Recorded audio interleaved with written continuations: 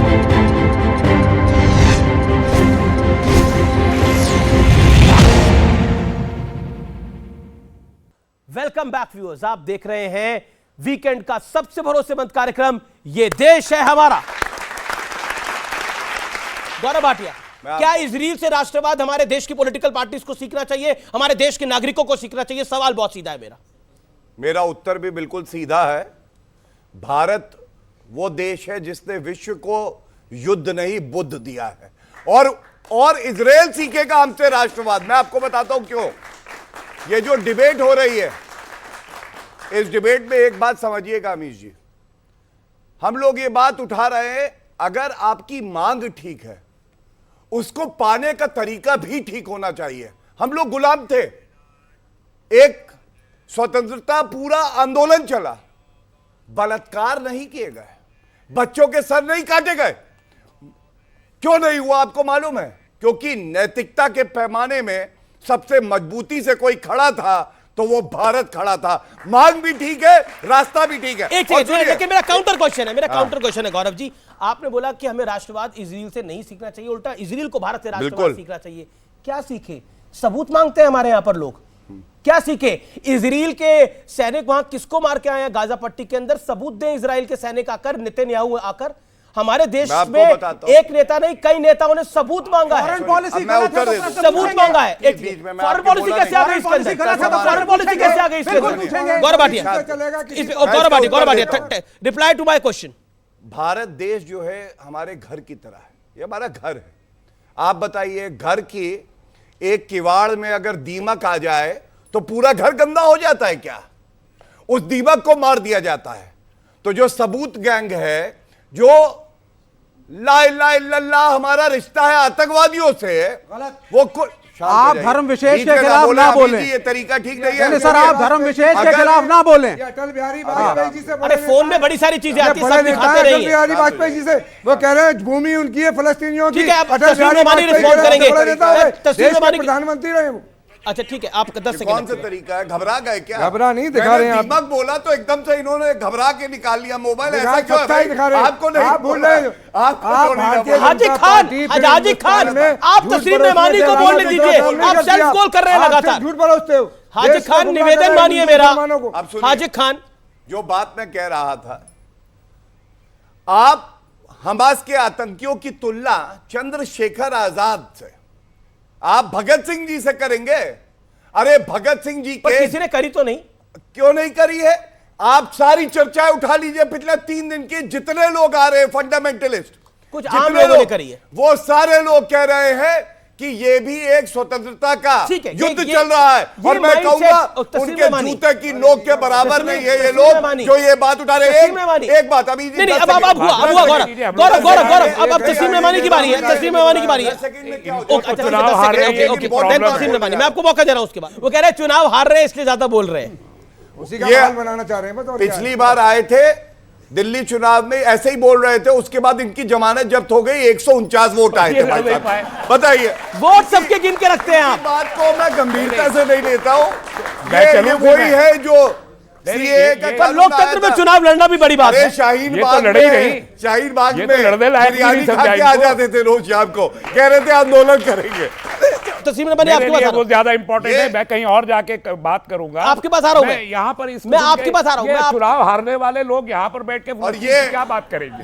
ये क्या जाने हमास के साथ चुनाव लड़ने के बाद जीत जाएंगे, लेकिन भारत के बारे में कैसे लड़े? अब गौरव चांद, अब क्या मालूम है फलस्तीन के बारे में? ये इन्होंने कभी पढ़ा है फलस्तीन और इजराइल को? इन्हें पता है, इनको पूरी तारीख पता है, ये क्या जानते हैं?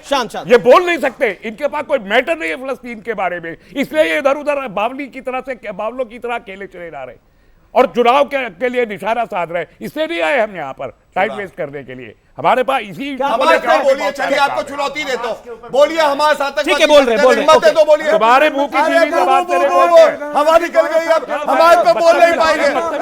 हमारे पे बोलिए, सारी जनता जानना चाहती है। अरे आपसे लेकर आप हमारे पे थोड़ी रहे, आपको क्यों दर्द हो रहा है?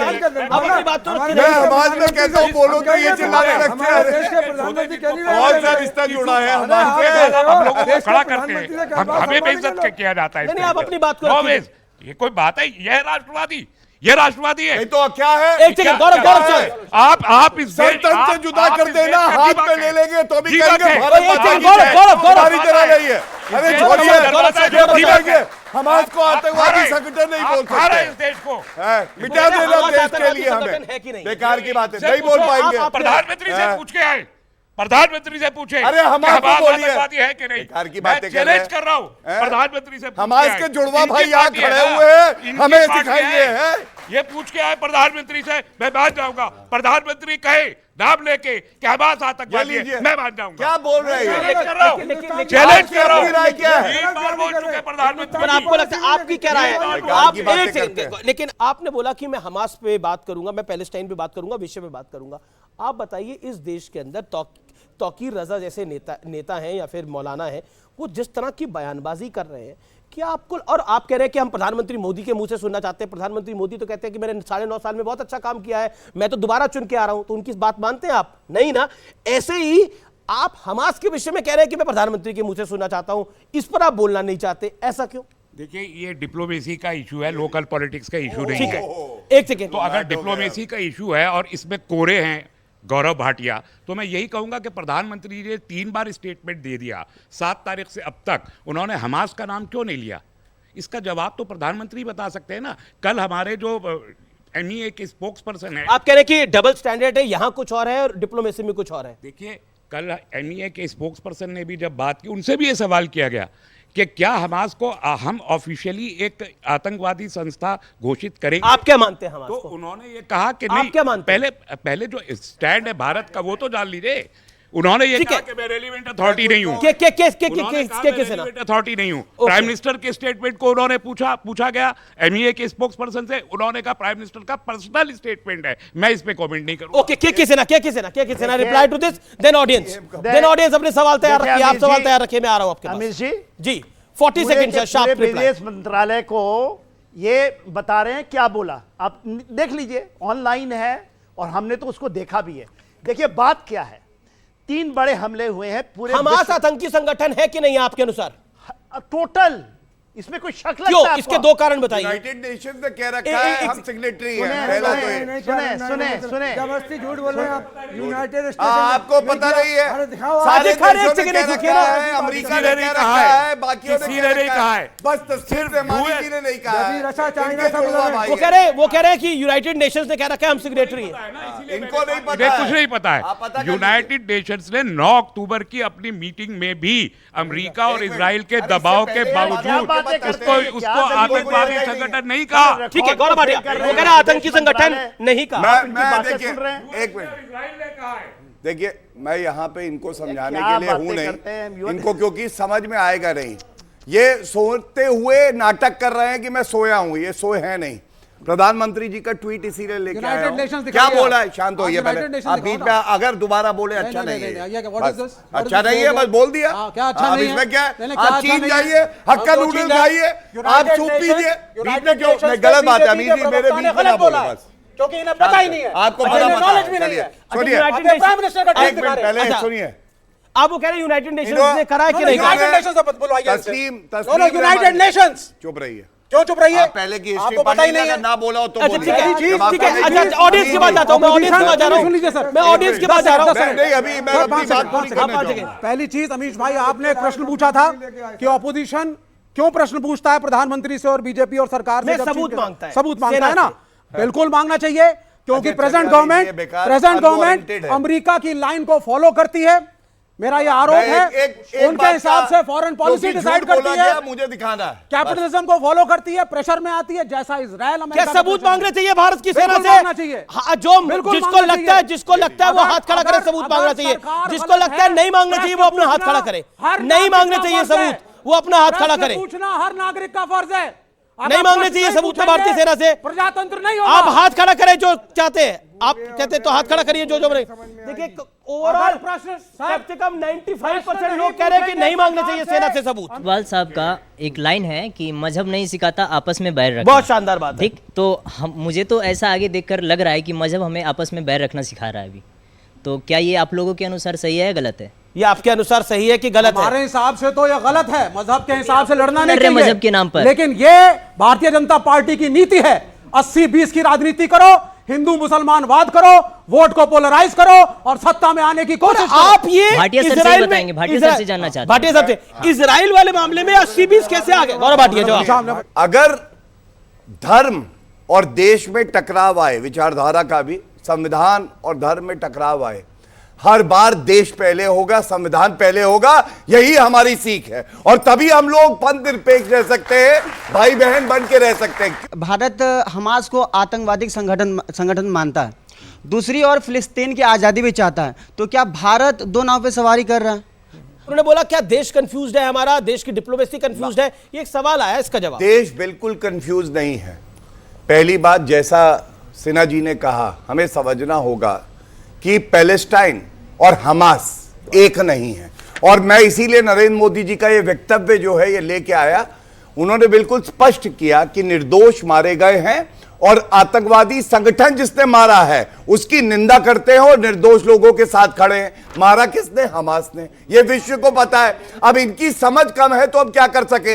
विपक्ष के कई दलों ने फिलिस्तीन का समर्थन किया है, लेकिन कुछ विपक्ष के कई दलों ने कुछ चुप्पी साधे हुए हैं। तो इसकी वजह क्या विधानसभा और लोकसभा के चुनाव है?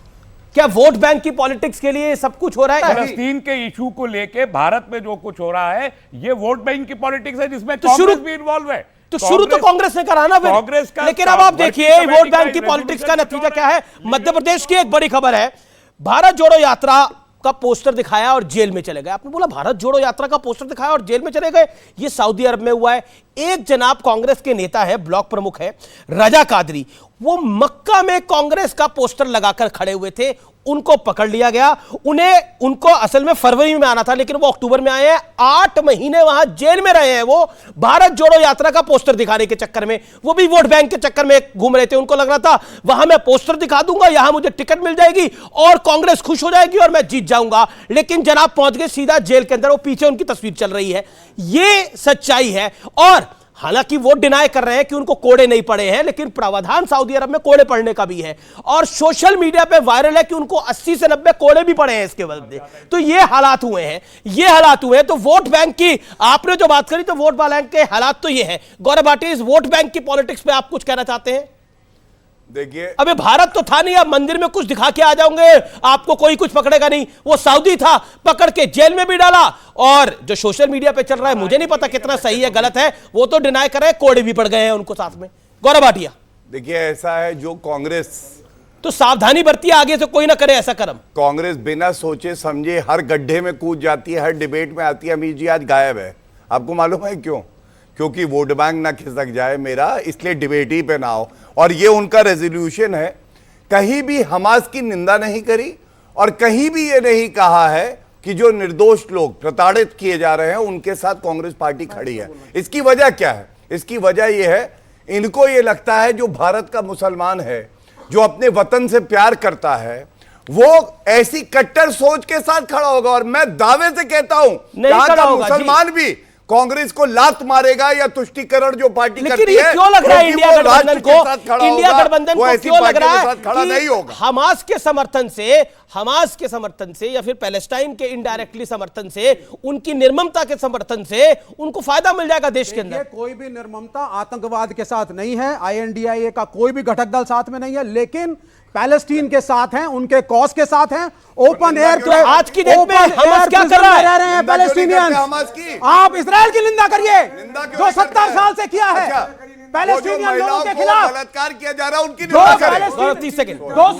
200 Palestinians were killed, 40 children killed, this नहीं ईयर तो बाय वो इजराइल। जो बाकी करिए करने निंदा वाले गए वो इजराइल ठीक है। की, क्यों नहीं करते हैं आतंकी संगठन कौन है? आप इसलिए निंदा नहीं करते हैं क्योंकि आप यहाँ पे इस देश में वो महिलाओं के साथ गलत हुआ, ये कह रहे झूठ है, ये भी कह रहे झूठ है। इनका नैरेटिव बताता हूँ, ये दिखाना चाहते हैं आप पार्लियामेंट में जवाब दे रहे थे प्रधानमंत्री, दुनिया में वन बाय वन। देखिए ये दिखाना चाहते हैं बीजेपी वाले चुनाव के पहले 80-20 के चक्कर में कि देखो भाई ये हमास वाले मुसलमान हैं, देखो बीजेपी ने बोला ही ना इस देश में भी यही होगा, ये तो बीजेपी ने बोला ही नहीं होगा, हिंदू एकत्रित हो, सुनिए ये दिखाना चाहते हैं। ये वो लोग हैं जब कश्मीर में ये इस्लामोफोबिया को फैलाना चाहते हैं। कहां किसी ने कुछ नहीं बयान दिया। मैंने तो बार बार कहा कि हमारे देश का आज की डिबेट में 50 बार इस्लाम को कटघरे में खड़ा किया गया, सुनिए बोला गया कि बताओ खड़ा किया कि नहीं किया। विवेक आपने अपनी पूरी बात से ज्यादा तेज चिल्ला सकते हैं। ओके गौरव आप वही तो करते। पहली बात, हमास को आतंकी संगठन कहो, नहीं कह पाए। इजराइल को टेरर स्टेट कहो। ये लोग कह दें अलकायदा टेररिस्ट ऑर्गेनाइजेशन है, आईसिस है, हूती रेबल्स भी एक आतंकी संगठन है, हमास नहीं है। मैं इनकी बात मान लूंगा। सुने, कार्ल मार्क्स के नाम ये गाना गाते हैं ना, 7th फ्लीट जब चला था 1971 में, तब आप थे सर्विस में, नहीं चला था 7th फ्लीट, उसी अमेरिका का। अरे साहब ये क्या डिबेट कराने आप में बुलाए कि आप जो उनको जो चाइना के साथ खड़े रहते हैं, कार्ल मार्क्स एक यहूदी थे, उसी जगह के रहने वाले हैं। आप बोले ना ISIS is a terrorist organisation, आप कायदा इनसे बुलवाइए। बोलिए नहीं बोले, आप मुझसे बुलवाइए ना, नहीं बोलेंगे ना। Give me 10 seconds. मान रहे वो जैसे हमने क्या इंटरनेशनल, अरे भाई बोले ना, आप देखिए ये सब कुछ हो रहा है इजराइल और हमास के बीच में। हमारे देश के कुछ नेताओं को, कुछ बुद्धिजीवी वर्गों को लग रहा है कि देखिए हमास के समर्थन में अगर खड़े होंगे तो एक बड़ा मैसेज चला जाएगा। आखिरकार वो हमास के समर्थन में क्यों हैं? ये वही लोग हैं जो भारत की सेना से सबूत मांगते हैं, ये वही लोग हैं जो भारत की सेना को कटघरे में खड़ा करते हैं, ये वही लोग हैं जो भारत की तरक्की पे सवाल उठाते हैं, ये वही लोग हैं जो भारत को ऊपर बढ़ने देना नहीं चाहते हैं। मेरा निवेदन है, राष्ट्रवाद की लौ आपको जला के रखनी पड़ेगी, क्योंकि राष्ट्र है तो आप है, राष्ट्र है तो मैं हूं, राष्ट्र है तो हम सब हैं। राष्ट्रवाद क्यों जरूरी है और उस राष्ट्रवाद में सनातन का क्या एंगल है, यह भी समझ लेना चाहिए। जय हिंद।